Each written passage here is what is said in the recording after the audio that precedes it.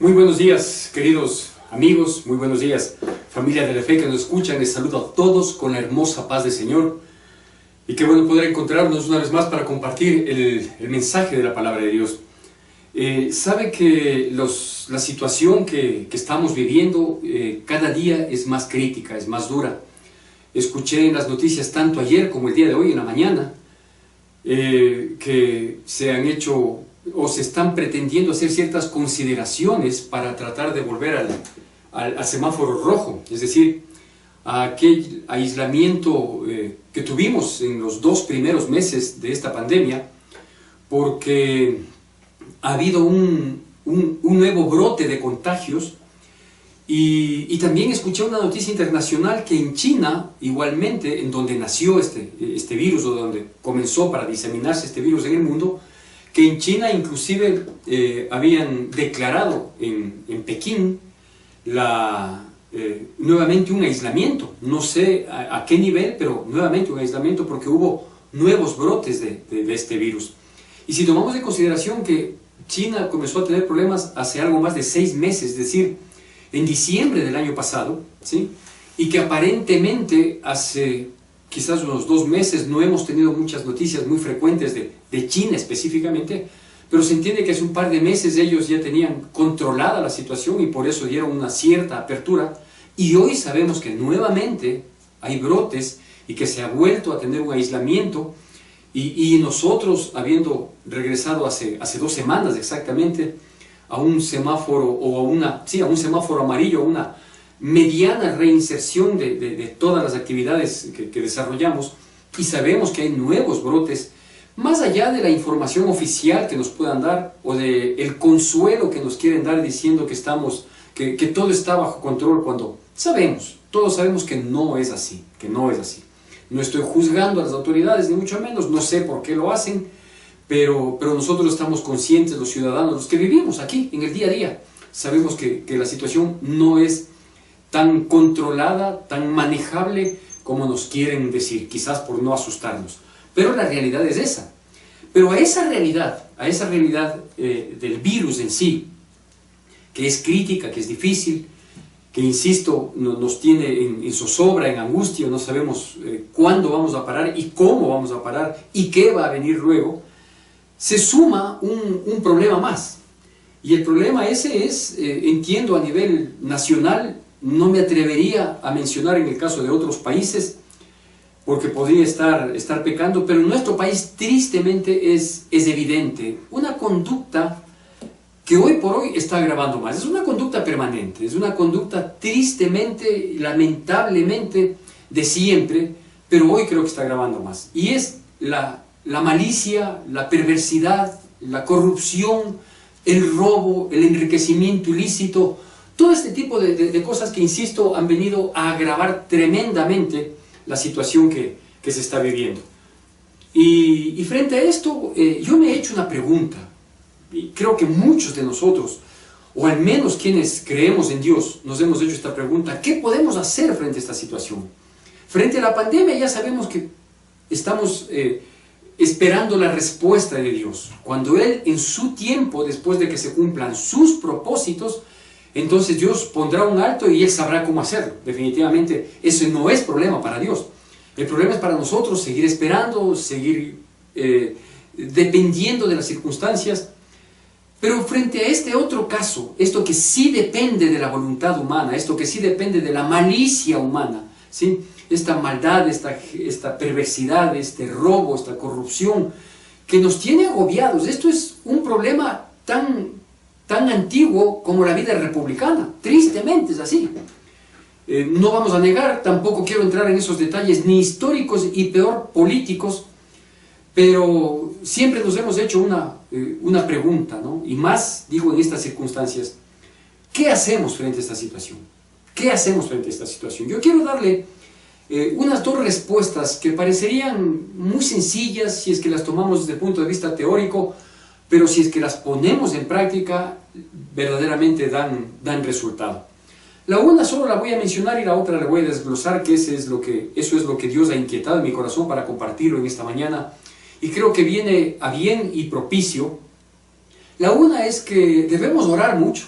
tenemos que pedirle a Dios, clamarle a Dios y decirle: Señor, detén no solo la pandemia del virus COVID-19, sino por favor detén también esto que es algo peor que la pandemia, que es la corrupción, que es la malicia, y que claro, si vamos viendo los tentáculos y vamos viendo cómo se deriva todo eso, lo único que provoca es indignación. Hasta para que nosotros estemos medianamente tranquilos y no actuemos de manera precipitada, hay que orar, hay que pedirle a Dios, hay que clamarle a Dios y rogarle que por favor Él tome cartas en el asunto, como Dios sabe hacerlo, o redarguyendo esos corazones para ver si ellos responden, ¿sí?, a un llamado de Dios, porque el llamado del pueblo, el llamado de...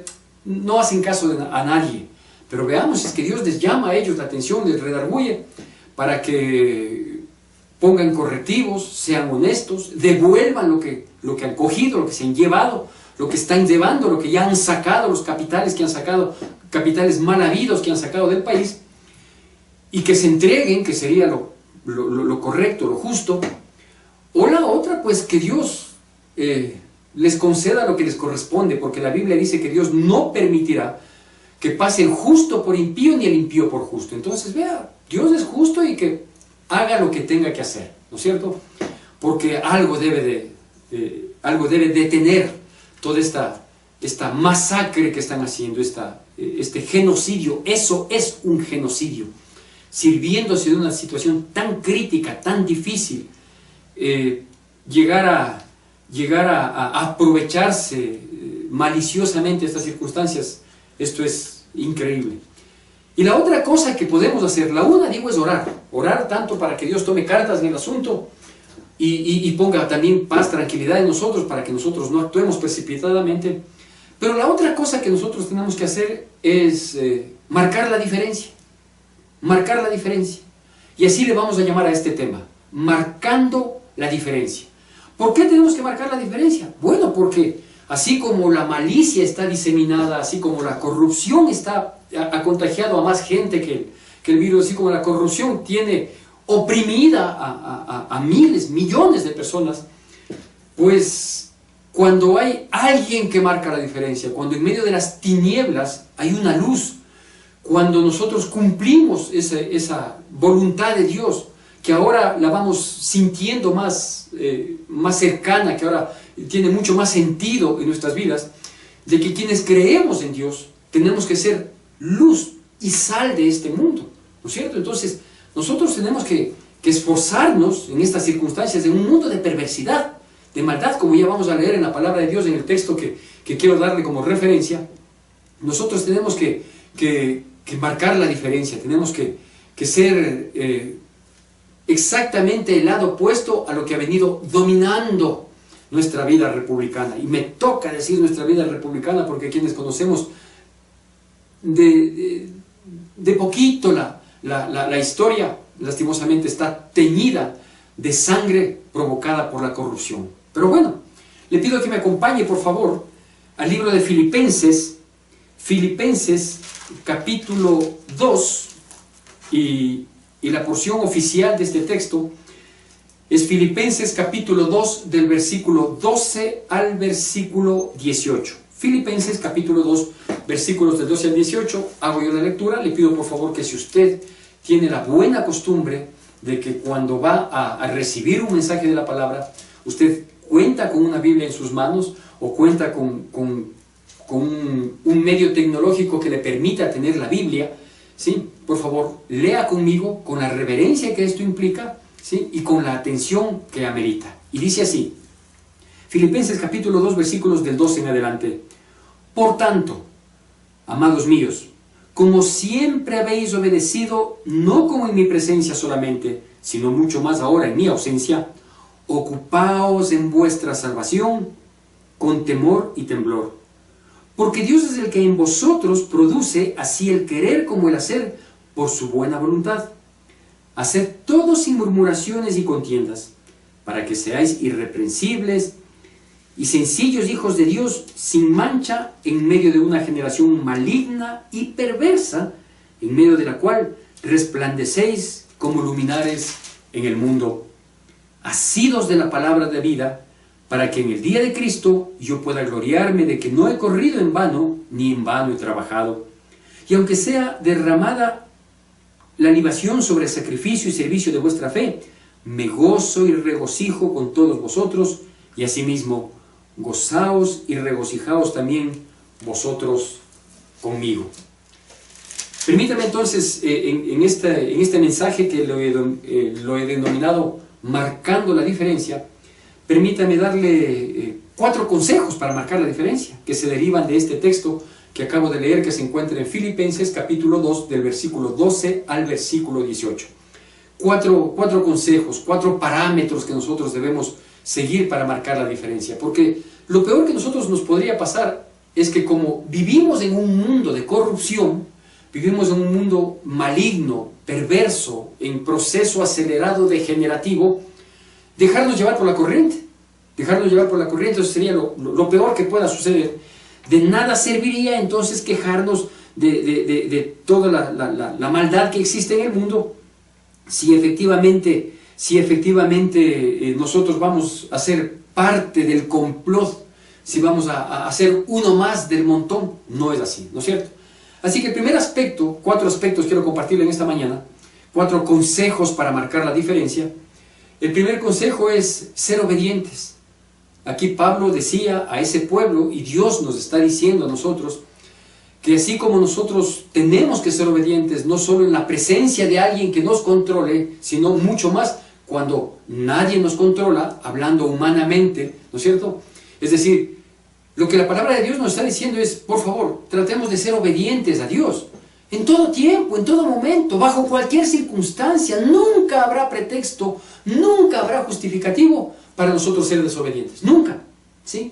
De niños nos inculcaron que hay que obedecer al papá, a la mamá, a las autoridades, etcétera, etcétera.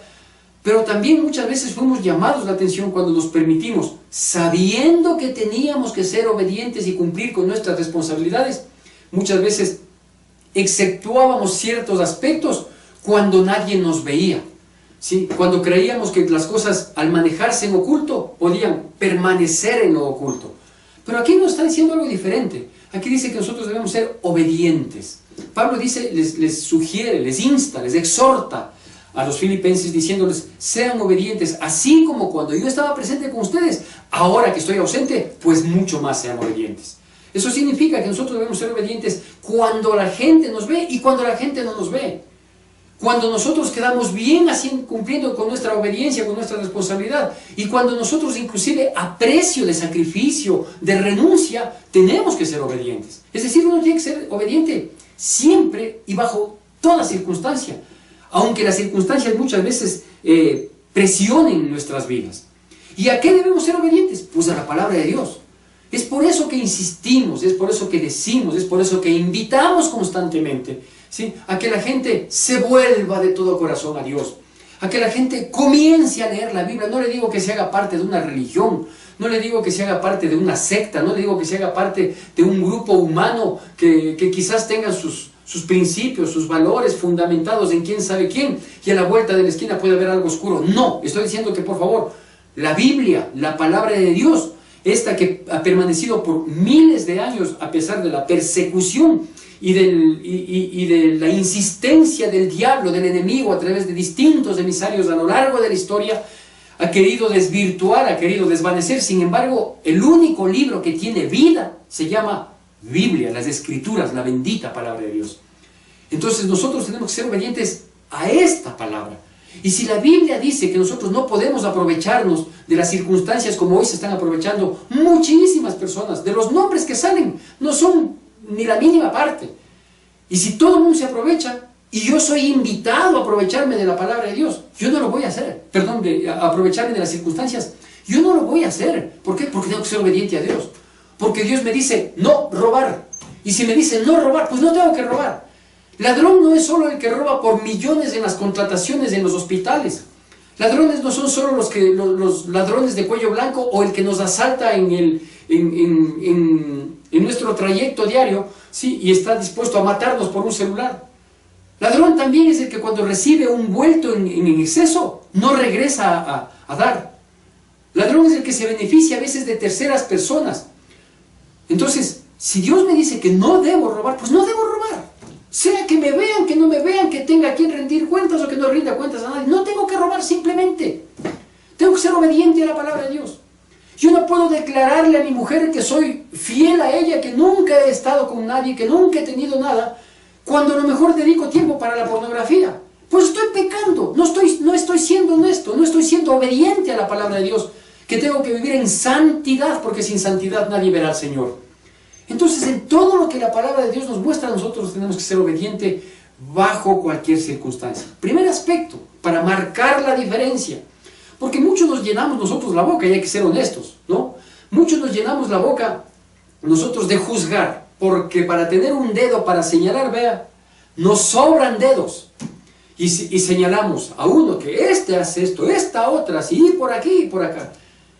Y nuestras corrupciones, y nuestra insensatez, y la ligereza con la que muchas veces reaccionamos, decimos y agraviamos.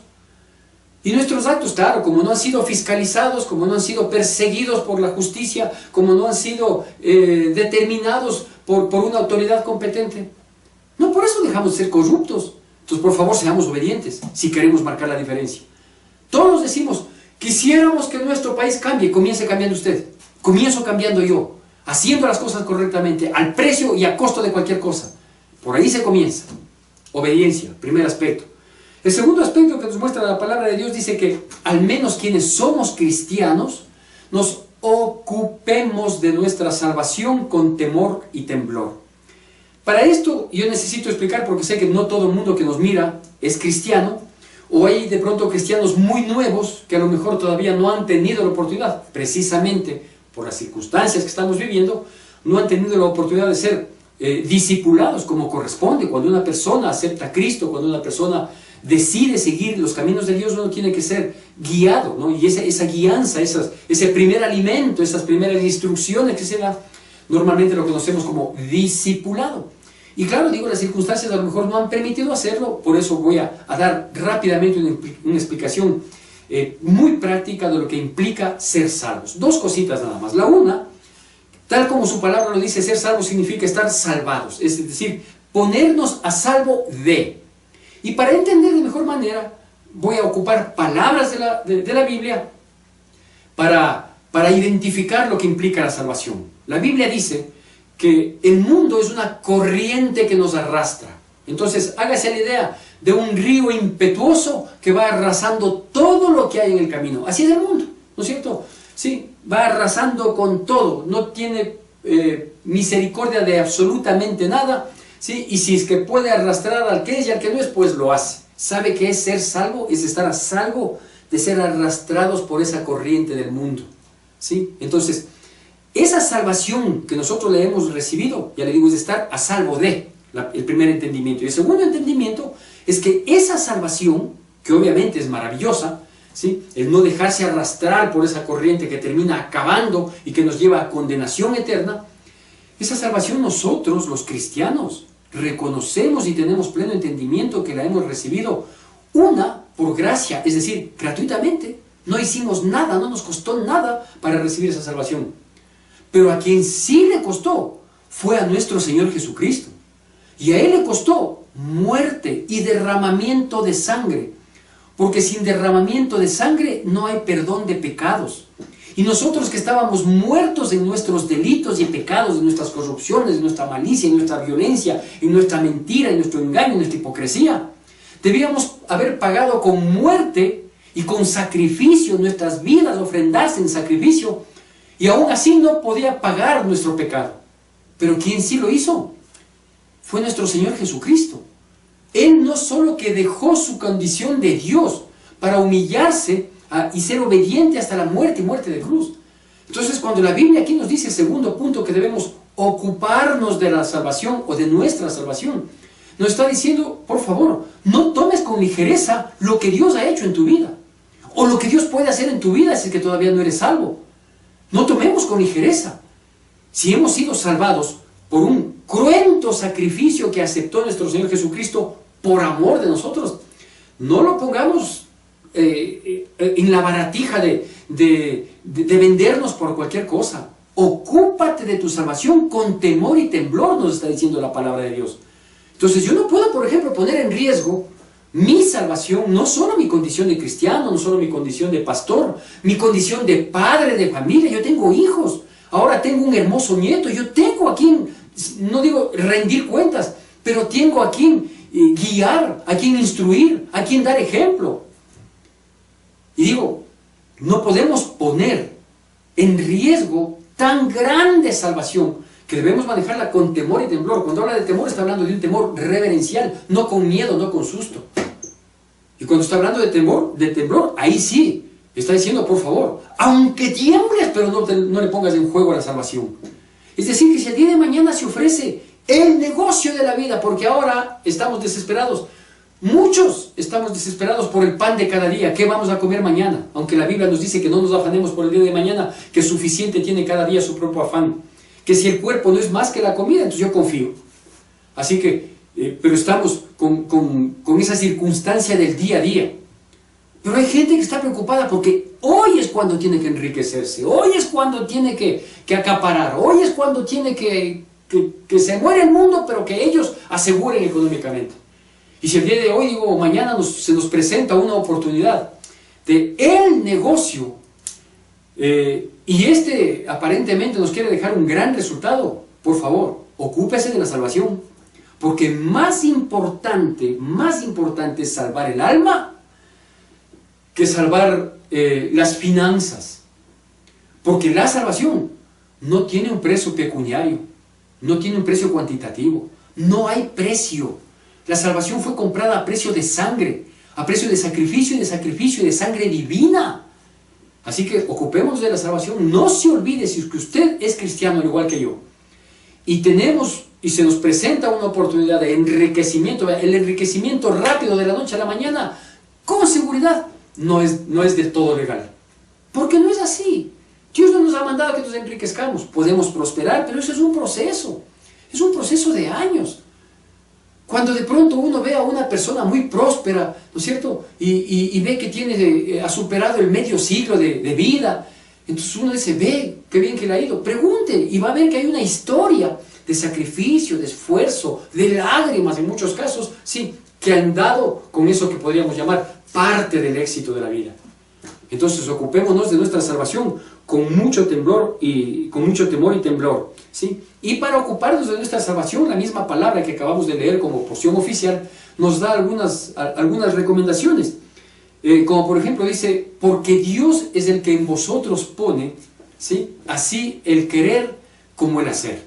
Cuando nosotros somos salvos, otra cosa que sucede es que nuestro corazón ha abierto las puertas para que Dios entre a morar en nuestras vidas.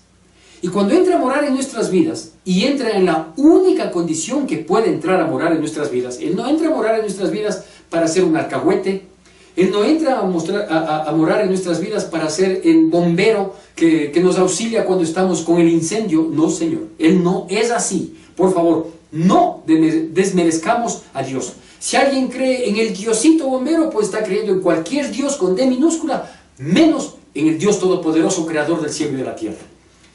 Cuando Dios entra a la vida de una persona, porque uno le invita y le dice, Señor, yo quiero que tú vengas a morar en mi vida y que entres en la condición de Señor y dueño. Es la única posibilidad que Dios tiene.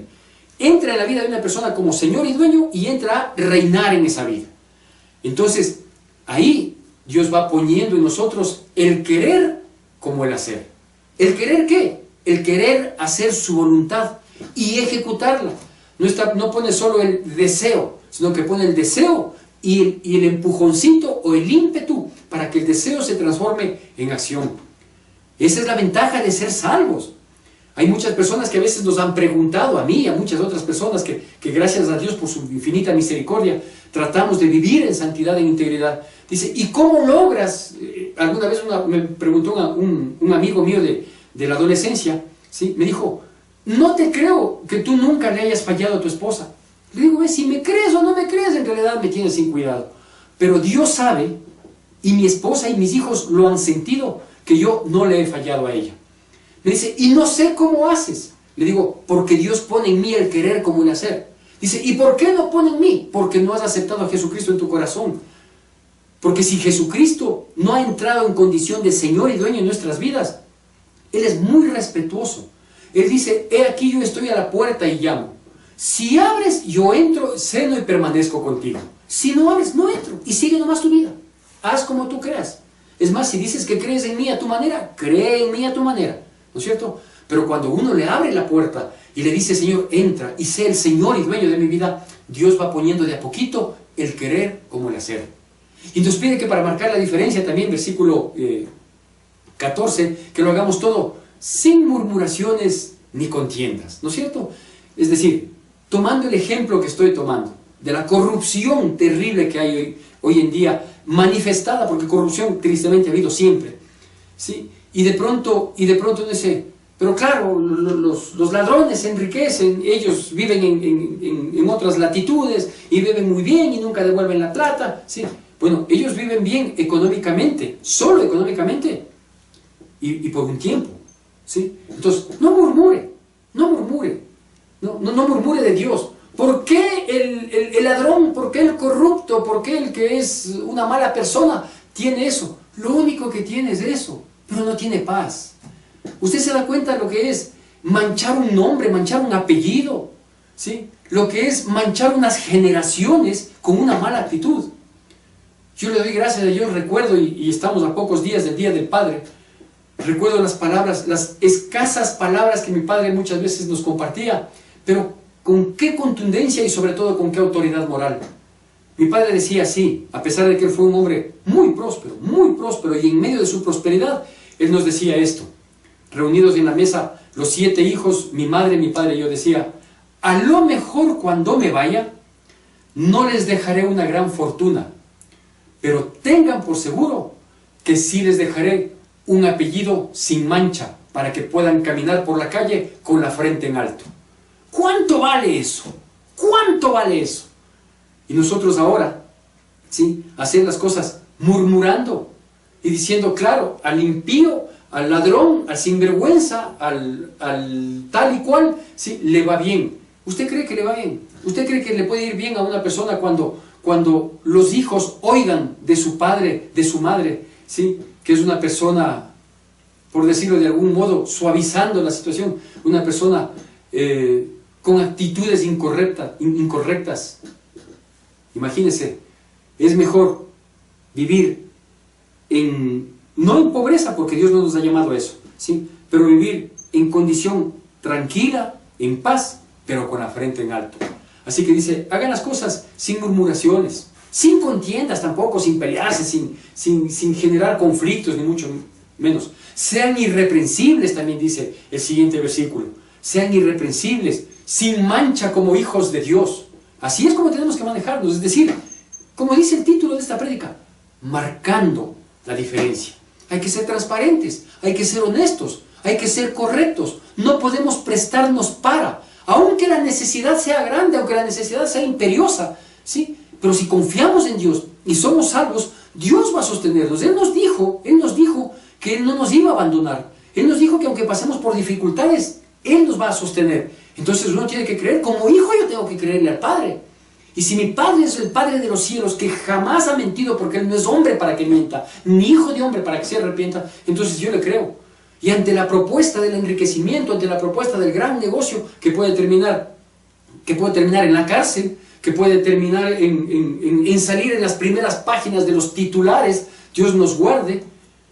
A lo mejor no vamos a salir nunca va a salir el nombre del honesto, ¿sí?, en una pantalla de televisión, en un periódico. A lo mejor nunca sale. Pero ¿sabe dónde están inscritos nuestros nombres? Nuestros nombres están escritos en el libro de la vida. Y cuando están inscritos en el libro de la vida, quiere decir que estamos inscritos para estar en la presencia de Dios y por la eternidad. Eso vale mucho más. Así que seamos irreprensibles, hijos de Dios, sin mancha. El tercer aspecto que nos dice la palabra de Dios, precisamente en el versículo 16, dice que estemos asidos de la palabra de Dios. Asidos, cogidos férreamente, aferrados, ¿sí?, enganchados de la palabra de Dios. ¿Por qué tenemos que ser asidos de la palabra de Dios?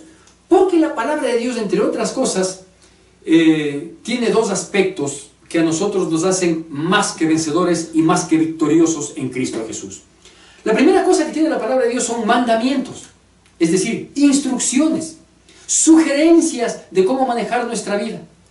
Y si yo estoy asido de la palabra de vida, dice ahí, o de la palabra de verdad, o de la palabra de Dios, que es lo mismo, porque Jesucristo es el camino, la verdad y la vida.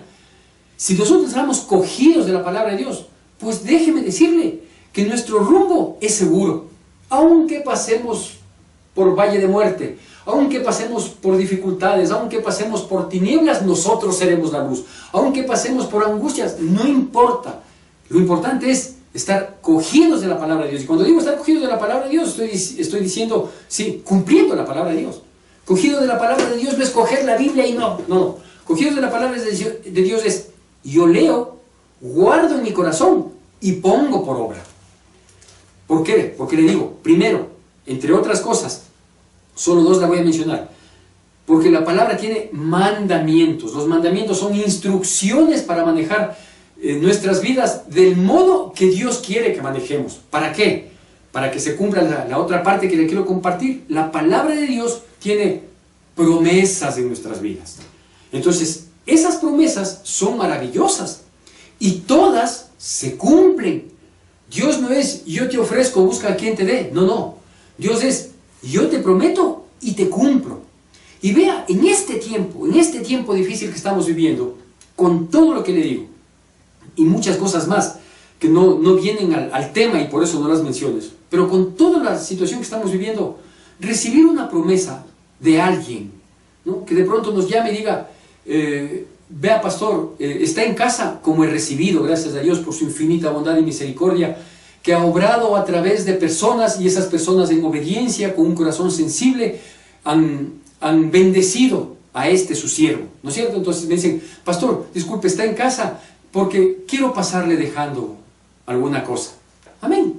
Gracias a Dios, todas las personas que en este tiempo han sido inquietadas por Dios y han sido obedientes a Dios, me han prometido y me han cumplido.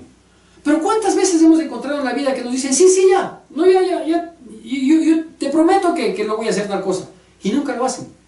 ¿Sí? O lo hacen a medias, o lo hacen a su modo, o lo hacen a destiempo, ¿no es cierto? Pero la Biblia contiene promesas, y esas promesas provienen de Dios, y Dios las cumple.